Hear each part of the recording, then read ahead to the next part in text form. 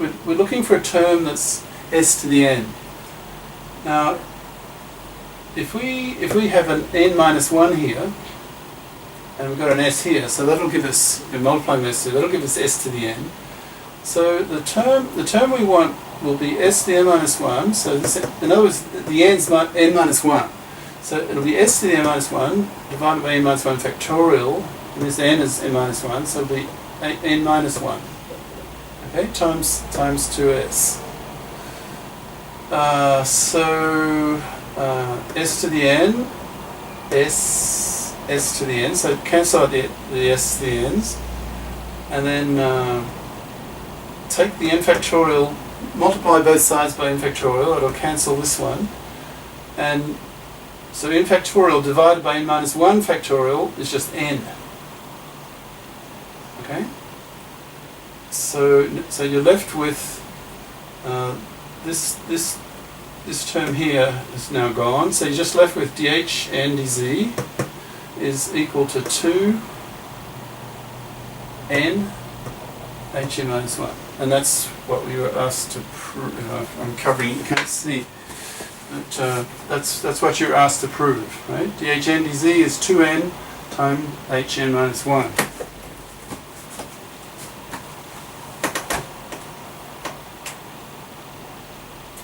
Here, there it is. Okay? Alright, so we've done half of that problem. Now you're asked, now differentiate with respect to s, both sides. And you're asked to derive this. Now I'll run out of board. But okay, so take the generating function here and differentiate with respect to s. And again,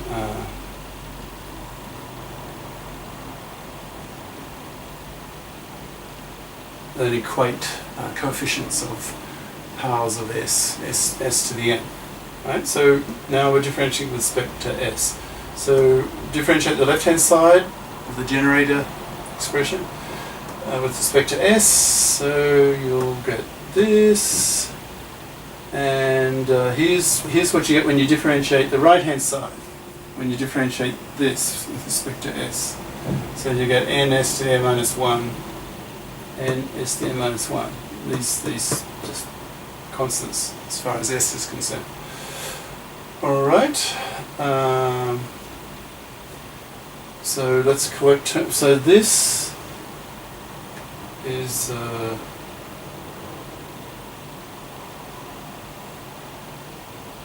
now, what's this? This is our original. This here is the left-hand side of our generator expression. So we can rewrite this as this. So instead of having this, we can put in the sum term, right?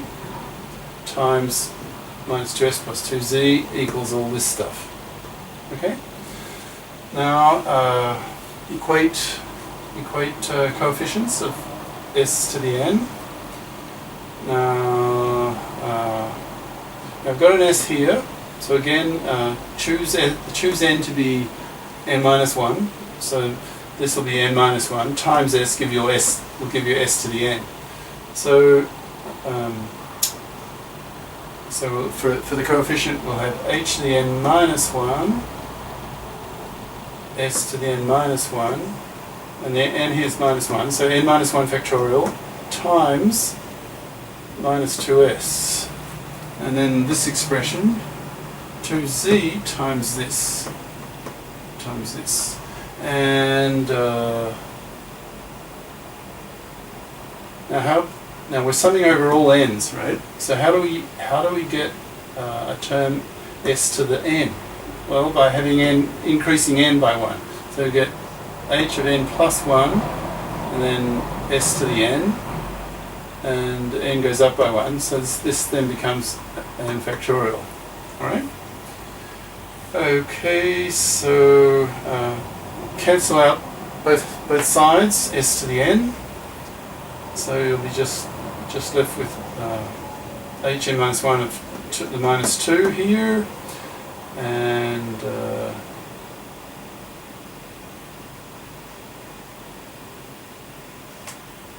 what else am I doing?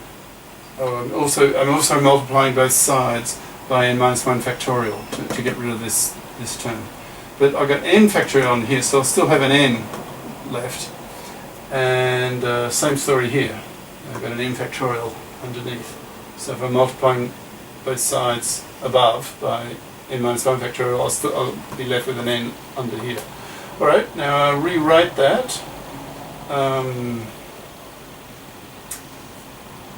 Okay, so now multiply both sides by n to get rid of these n's underneath. So I'll get h n plus 1, here it is here, equals 2z hn, what's this, minus 2n, because I'm multiplying both sides by n, so minus 2n hn minus 1. And that's this expression that you asked to get, right? There it is. Actually, it's a three-part question because now we're asked to derive Hermite's equation.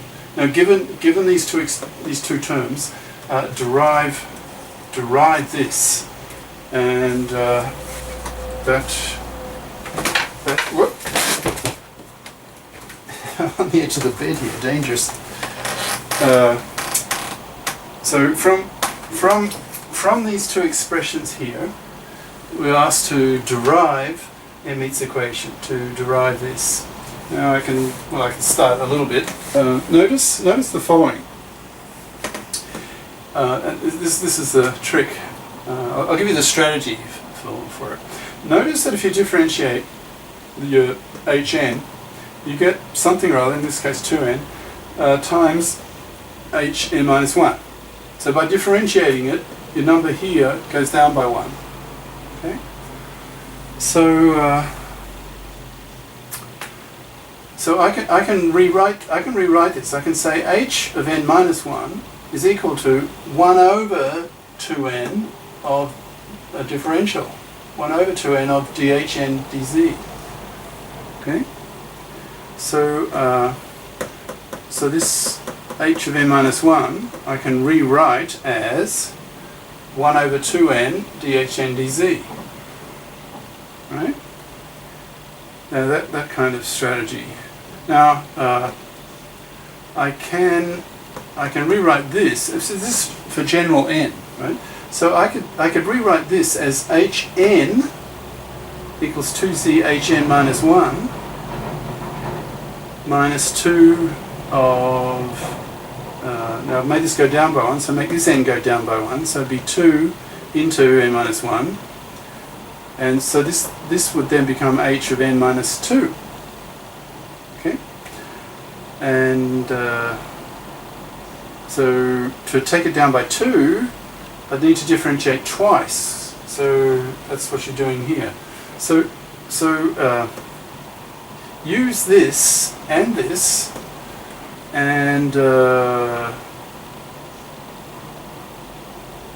instead of writing n minus 1, put in a differential. Instead of writing n minus 2, put in a double differential, and you'll hopefully end up proving that this is 0. But that's next session.